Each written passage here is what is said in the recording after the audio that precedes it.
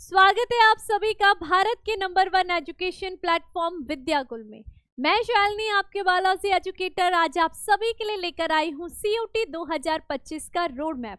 इस road map के जरिए हम जानेंगे कि इतने कम समय में हम CUT एग्जाम की एक बेहतरीन तैयारी कैसे करें, जिससे कि हम एक अच्छा स्कोर अपने एग्जाम में ला सके और भारत की टॉप यूनिवर्सिटी में एडमिशन ले सके। तो आप सभी के बहुत सारे कंफ्यूजन है, बहुत सारे डर है, उसे हम आज इसी वीडियो के माध्यम से खत्म करने वाले हैं।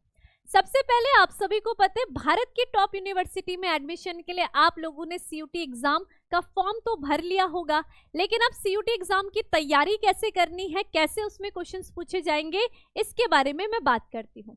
आपको पता है CUT एग्जाम जो कि आपका 250 नंबर 250 नंबर का ये आपका पेपर होता है, जिसमें आपके पास चॉइस में 5 सब्जेक्ट होते हैं और आप लोगों ने जिन्होंने भी बायोलॉजी को डोमेन सब्जेक्ट में लिया होगा उसमें आपके हर जो सब्जेक्ट होगा उससे आपके 50-50 क्वेश्चंस पूछे जाते हैं।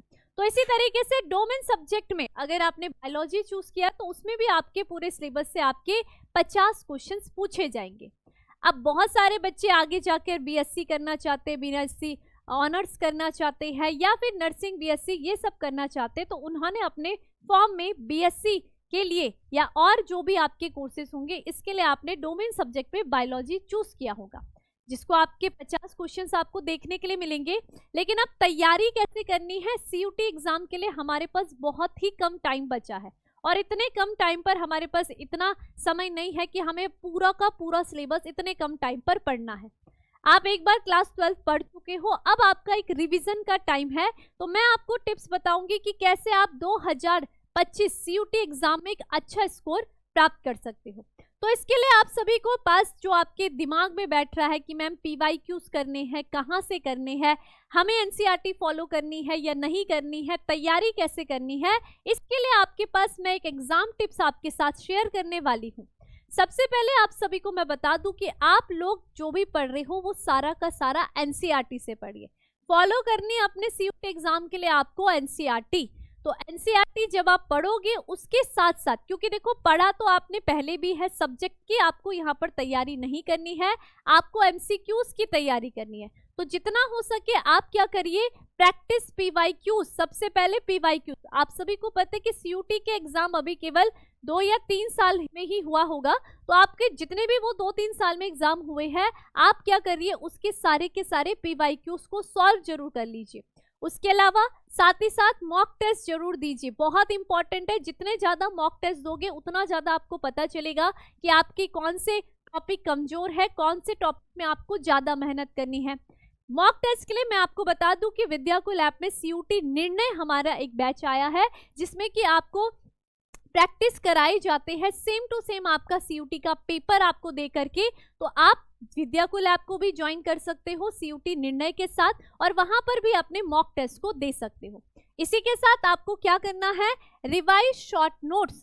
अब आपके पास इतना टाइम नहीं है कि पूरा का पूरा सिलेबस उठा करके आप देखो, तो अधिक से अधिक आप कोशिश कीजिए कि शॉर्ट नोट्स जो आपके बने हुए हैं, रिवाइज शॉर्ट नोट्स आप जरूर पढ़िए, ठीक। तो ये आपको कर लेना है। इसके अलावा जब आप ये सब चीजें कर लेते हो तो आप यहाँ पर मैं आपको बता दूं कि जैसे आपने बायोलॉजी का डोमेन सब्जेक्ट लिया है और मैंने कहा है कि इसकी NCERT आपको फॉलो करनी है, तो मैं आपको बता दूं कि NCERT में अब आपका CUT का न्यू सिलेबस अपडेट हो चुका है। तो यहाँ पर आपके पास ये सारे चैप्टर आपको कवर करने हैं। Sexual reproduction in flowering plant, आपका ह्यूमन रिप्रोडक्शन, रिप्रोडक्टिव हेल्थ, ये आपकी एक यूनिट होगी।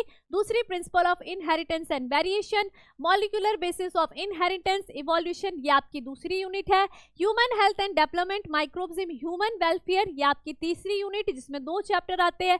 चौथी यूनिट में आपके 2 चैप्टर है, बायोटेक्नोलॉजी प्रिंसिपल और बायोटेक्नोलॉजी के एप्लीकेशन आपको पढ़ने होते हैं। और जो 5वीं यूनिट है उसमें आपके 3 चैप्टर है, ऑर्गेनिज्म एंड पॉपुलेशन, यहाँ पर इकोसिस्टम और क्या है, बायोडाइवर्सिटी। तो आपका ये आपका न्यू सिलेबस है आपके बायो का, जो आपने डोमेन सब्जेक्ट में लिया है। आपको इनसे ही इन्हीं इस सिलेबस से ही आपके एग्जाम में क्वेश्चंस पूछे जाएंगे। तो जब आप इतना सब कुछ कर दोगे, आप NCERT फॉलो कर रहे हो, जितना ज्यादा हो सके आप मॉक टेस्ट दीजिए, प्रैक्टिस करिए ज़्यादा से ज़्यादा, और इसके साथ PYQs भी लगाइए, और साथ ही साथ शॉर्ट नोट्स को रिवाइज करोगे तो हाँ, अगर आप ये सब फॉलो करते हो इतने कम टाइम पर, तो हाँ, आप टॉप यूनिवर्सिटी में एडमिशन ले सकते हो। तो ये सब चीजें कीजिए, कम टाइम रह गया है, और फिर देखिए कि आप एक अच्छा स्कोर करोगे अपने CUT 2025 के एग्जाम में। लेकिन इसी के साथ साथ मेहनत करनी बहुत ज्यादा जरूरी है, क्योंकि जब तक आप मेहनत नहीं करोगे तब तक आपको किसी भी चीज का रिजल्ट नहीं मिलता है।